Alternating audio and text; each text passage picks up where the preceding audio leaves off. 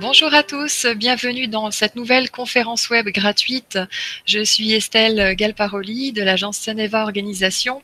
Aujourd'hui, le thème de la conférence est consacré aux entités, aux parasites énergétiques et à la médecine symbolique. Alors pour en parler, j'accueille Anne et Christophe Mazel qui sont en direct avec nous depuis la région de Chambéry en France. Bonjour Anne et Christophe.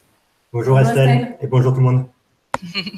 Merci d'être au rendez-vous. Alors, vous êtes des thérapeutes et formateurs en médecine symbolique. Vous avez été formés par Gilles et Rose Gandhi, qui sont déjà venus récemment au Québec enseigner. Et vous allez nous parler aujourd'hui des spécificités liées justement aux soins qu'on peut fournir par rapport à ce qu'on appelle des entités, des parasites énergétiques. Quelle est la relation finalement entre les différents mots du corps, de l'esprit et tout ce qui est phénomène invisible. Alors, si vous voulez bien parler de votre parcours en quelques mots à chacun. Eh bien oui, en fait, moi je suis vétérinaire de formation. Ça faisait 17 ans que j'exerçais en tant que vétérinaire. J'ai été appelée en fait par la médecine symbolique il y a 4 ans. J'ai été très très mal dans ma vie personnelle et j'ai eu la chance de rencontrer Rose et Gilles Gandhi lors de plusieurs soins, parce qu'ils habitent pas très loin de chez moi, donc j'ai eu l'occasion d'y aller. Et cette méthode m'a énormément parlé, touché, apporté. J'ai beaucoup évolué et très vite, j'ai eu envie de me former et puis de devenir formatrice pour pouvoir aider les autres parce que c'est une méthode très facile d'accès et très efficace. Ça fait 3 ans que j'exerce et je suis formatrice depuis cette année. Et donc, Christophe, à la base, tu es comédien de théâtre. Ouais, moi j'ai commencé comme ça en fait. Il y a 15 ans, je suis tombé dans le théâtre. C'est quelque chose qui m'a passionné et puis j'ai appris à écouter les gens et à regarder les gens. Au théâtre, j'étais dans une école professionnelle et j'ai aidé à la montée d'école et puis j'ai été élève en même temps. Et tu passes beaucoup de temps tu n'es pas beaucoup sur le plateau, tu es beaucoup à l'extérieur du plateau à regarder les gens en fait et à observer les gens et regarder comment ça marche. Ça m'a toujours fasciné en fait de comprendre comment ça marchait en fait. Comment marche l'être humain, c'est un truc qui me fascine. Et de par le théâtre, en fait, quand tu commences à travailler sérieusement au théâtre, tu arrives à des barrières émotionnelles ou psychologiques et des choses que tu ne peux pas jouer parce qu'il y a des blocages en toi, en fait. Et j'ai des amis à moi qui étaient élèves dans ma classe qui avaient fait de la kinésiologie. À l'époque, je croyais à rien du tout. J'étais vraiment basique. Et après ces séances de kinésiologie, elles avaient vraiment changé sur le plateau, en fait. C'était des personnes différentes. Elles arrivaient à exprimer des choses qu'elles n'arrivaient pas à exprimer. Et moi, je suis allé voir leur thérapeute comme ça, par hasard. Et ça m'a complètement bouleversé. Ça a été une révélation. C'est comme si je découvrais qu'il y avait un monde parallèle que je ne connaissais pas. Après, je me suis engouffré là-dedans. J'ai fait énormément de recherches. Et je suis tombé sur Gilles et Rose par hasard à Paris, sur une conférence à Paris.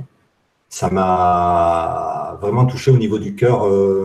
J'ai vu une démonstration, en fait. Parce que les baguettes, là, on va parler, mais ce qui est le plus fort, en fait, c'est de le voir en action, de voir comment ça marche. Et j'ai vu ça m'a complètement scotché. J'ai commencé les formations et puis après, je suis parti vivre à l'étranger. Et donc, j'ai arrêté la formation. Et quand je suis revenu sur Paris, le jour où je suis revenu sur Paris, en sortant de métro, il y avait une affiche à la sortie de la bouche de métro où il y avait une conférence de Gilles et Rose Gandhi. Donc, j'ai pris ça comme, c'était énorme, j'ai pris ça comme un signe et je les ai revus. Et je me suis réinscrit à la formation. Et quand je suis arrivé ici, j'ai cassé ma voiture. Et je suis revenu au deuxième module et j'ai recassé la voiture. Et donc, j'étais obligé de rester sur place. Et depuis, je suis là. Ça fait 7 ans que je suis là et j'enseigne depuis 3 ans. J'adore ça, j'adore l'enseignement. C'est un truc ça me parle. Ça. Merci. Voilà.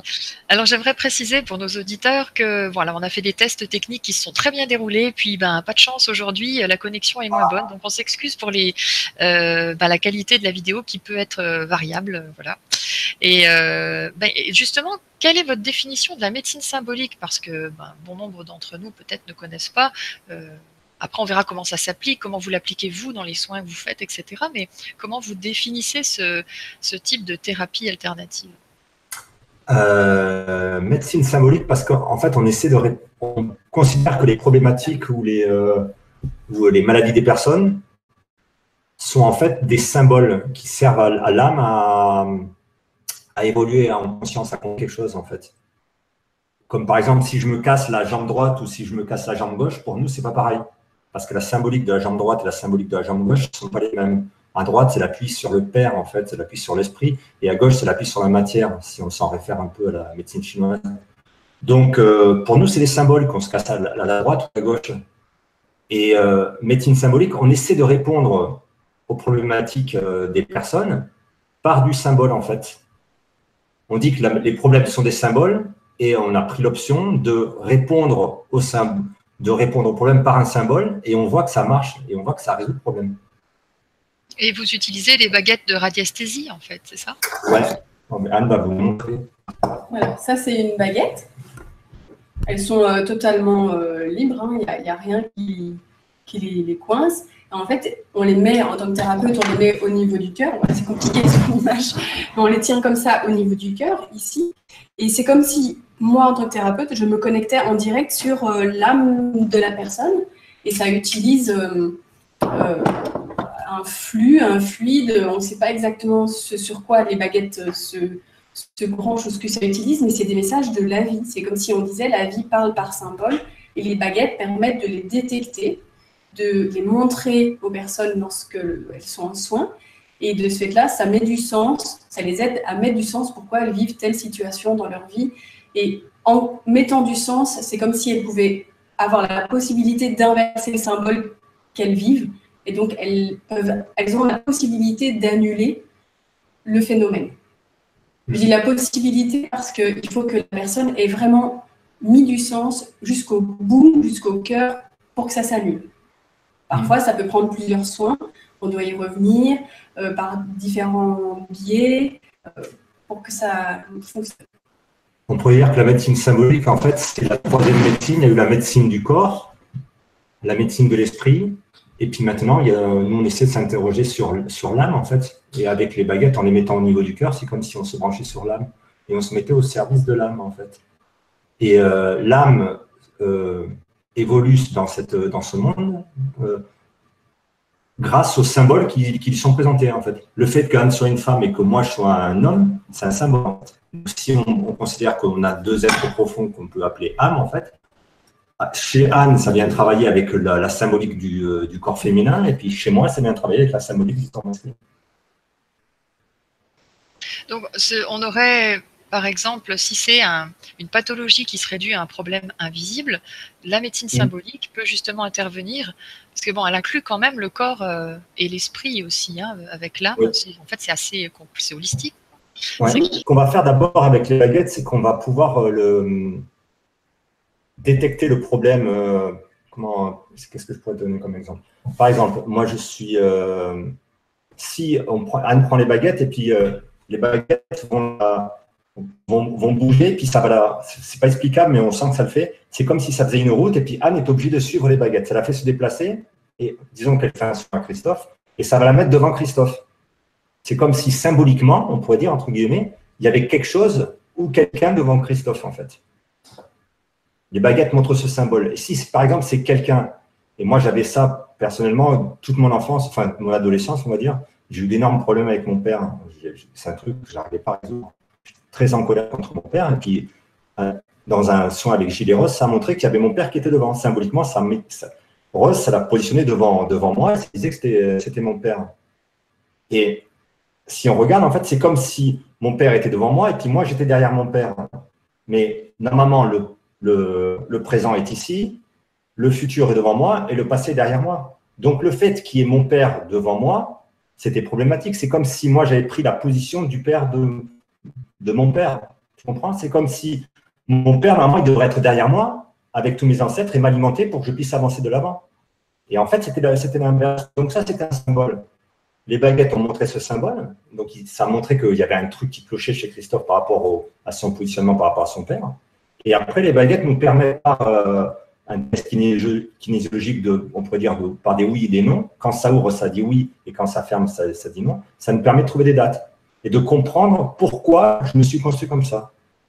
Pourquoi j'ai positionné mon père devant moi, en fait. Et une fois que j'ai compris ça, ma conscience s'est éveillée, les baguettes montrer mon père, publiquement, hop, il se replace derrière, je le replace derrière.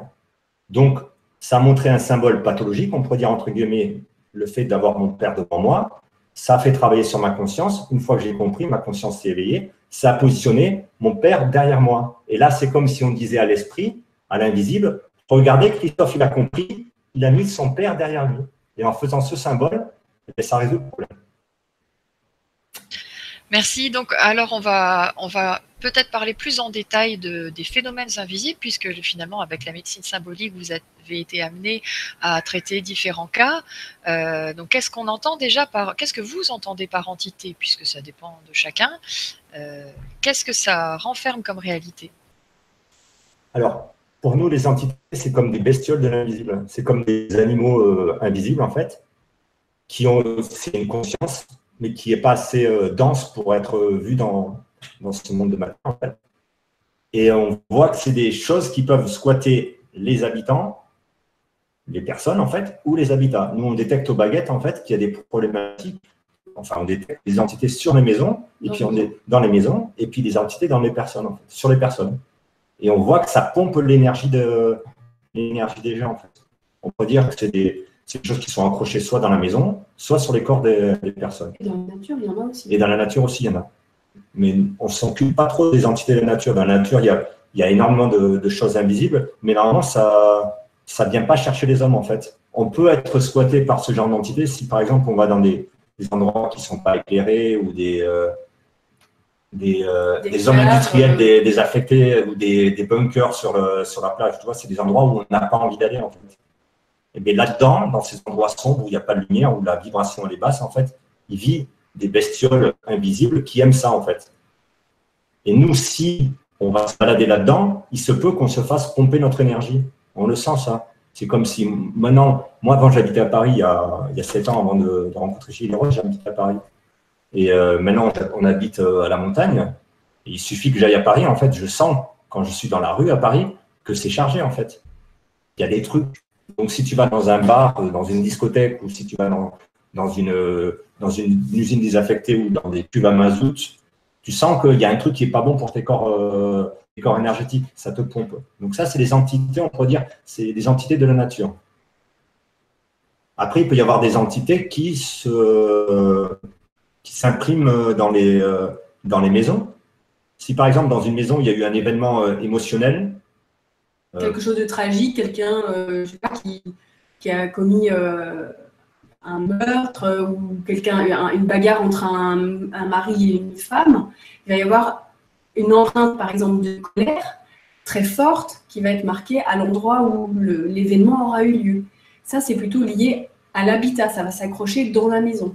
Donc, si les gens déménagent ou partent, quittent la maison et qu'il y a des nouveaux habitants qui arrivent, les nouveaux, si eux ont une certaine sensibilité à ce genre d'entité, ils vont être pompés, leur énergie va être pompée et ils vont aussi, comment dire, peut-être même reproduire les mêmes schémas, les mêmes comportements qu'il y a eu auparavant, dans la même maison. Même si ce n'est pas quelque chose de leur fait, c'est quelque chose qui peut déteindre quoi, sur eux. Ouais. Donc l'entité n'est pas forcément associée à une âme. Ça peut être une forme pensée, quel type d'énergie? C'est bien que tu dises ça parce qu'il y a beaucoup de… Nous, en tout cas, on distingue les entités énergétiques, les masses énergétiques, des âmes. Ouais. Les âmes, c'est vraiment la partie spirituelle de la personne qui est décédée et qui n'est pas partie au ciel. C'est une partie spirituelle d'une personne décédée, une âme. Alors qu'une entité, c'est pas une âme, c'est pas une partie spirituelle d'une personne qui est décédée. Une entité, c'est une masse énergétique qui s'est créée et qui vient squatter une personne. Alors qu'une âme, ça peut être accroché à une personne, mais c'est un fragment d'une personne décédée. Ouais. Il y a une nuance. Nous, on distingue entité et âme. Ouais, on travaille beaucoup sur les âmes aussi. Très souvent, ça pointe les âmes, en fait, mais ce n'est pas ce qu'on appelle entité. En fait. Entité, oui, si on pourrait dire, oui, c'est comme des animaux de l'invisible qui se nourrissent d'une énergie ou de la colère ou d'une émotion ou de forme pensée, en fait, et qui vont aller dans les endroits où il y a ces choses-là, et comme elles ont besoin de se nourrir de ça, elles vont pousser les gens à produire ça, en fait. À faire des actes. Par exemple, l'exemple que donnait Anne, si un mari a tapé sa femme, ça a mis comme une empreinte à cet endroit-là, il est possible qu'une entité vienne squatter cet endroit-là, en fait. Mais les habitants ou les gens qui vont venir dans cette maison, il est très possible que s'ils vont dans cet endroit-là, ça va les mettre en colère, en fait. Ça va demander à la personne de se mettre en colère pour que l'entité puisse se nourrir de ça. Oui, après, ce qu'il faut, nous, ce qu'on pense, c'est que les entités, on n'est pas victime de l'entité. C'est nous qui avons une faiblesse en nous, une faille souvent qui est produite suite à un événement ou à un gros traumatisme, et qui va faire que cette faille, ce creux qui va être créé dans la personne, va attirer cette entité. Et cette entité va avoir un rôle d'éveil de la conscience de la personne. On n'est pas victime de l'entité. Alors, on subit des choses désagréables, souvent, parfois, à cause de ces entités, mais il faut bien se dire qu'on n'est pas victime de l'entité. C'est parce que nous, on a cette faille qu'on a attirée. Donc après, nous, avec la médecine symbolique et les baguettes, notre rôle, ça va être d'aider la personne à voir déjà c'est quoi l'entité qu'elle a attirée, pourquoi, de mettre du sens, pourquoi, tel événement, etc. Si on remonte dans le temps, qu'est-ce qu'elle a vécu qui a fait qu'il y a eu ce creux qui a été créé, qui a attiré cette entité. Si on met du sens, ce creux va se redresser, elle va pouvoir éjecter l'entité et normalement reprendre ses pleins pouvoirs, ne plus être manipulée par cette entité. Parce que souvent l'entité fait faire des choses pas... Oui, ça fait faire des choses à la personne qui ne sont pas de son propre choix. Bois de l'alcool, fume, tape ta femme, ça peut être des choses comme ça. Il y a quelque chose que j'ai envie d'expliquer, c'est que nous, dans notre méthode, les entités, on les classe en deux grandes catégories. C'est la catégorie qu'il y a dans la maison, donc ce qui est pollution émotionnelle ou mentale. Donc ça, c'est plus une masse énergétique qui va se fixer sur un objet ou un endroit de la maison.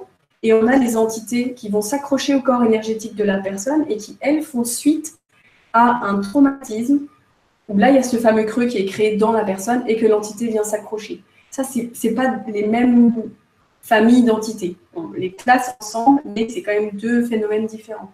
Ouais. Il y en a qui sont dans la maison ou qui peuvent se mettre sur les habits des personnes, et puis il y en a qui font un mariage d'amour avec la personne, en fait.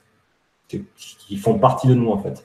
On pourrait dire que c'est peut-être notre partie, notre personnalité ou notre ego. Peut-être, en fait, on croit qu'on est ça, mais en fait, cette chose-là est induite par autre chose, par une entité, par un parasite. On pourrait dire ça, c'est un peu comme une tique qui vient se coller sur un chien qui va lui tromper son énergie. Et qui lui fait faire des choses dont elle n'a pas envie, mais elle le fait quand même parce qu'elle ne peut pas faire autrement. Ça lui fait des choses. Je vais donner un exemple.